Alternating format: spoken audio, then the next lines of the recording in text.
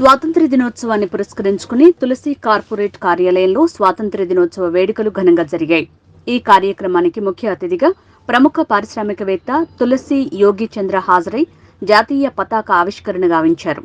ఈ కార్యక్రమంలో ఎందరో త్యాగాల ఫలితంగా ఈనాడు మనం స్వాతంత్ర్యాన్ని అనుభవిస్తున్నామని, భవిష్యత్తులో అనుభవిస్తూ ఉంటామని, స్వాతంత్ర్యం రావడానికి కృషి చేసి ప్రాణాలను త్యాగం చేసిన ప్రతి ఒక్కరికి మనం రుణపడి ఉన్నామని ఆయన తెలియజేశారు. ఈ కార్యక్రమంలో తులసి గ్రూప్ సంస్థల ఉద్యోగులు మరియు ప్రజలు పాల్గొన్నారు.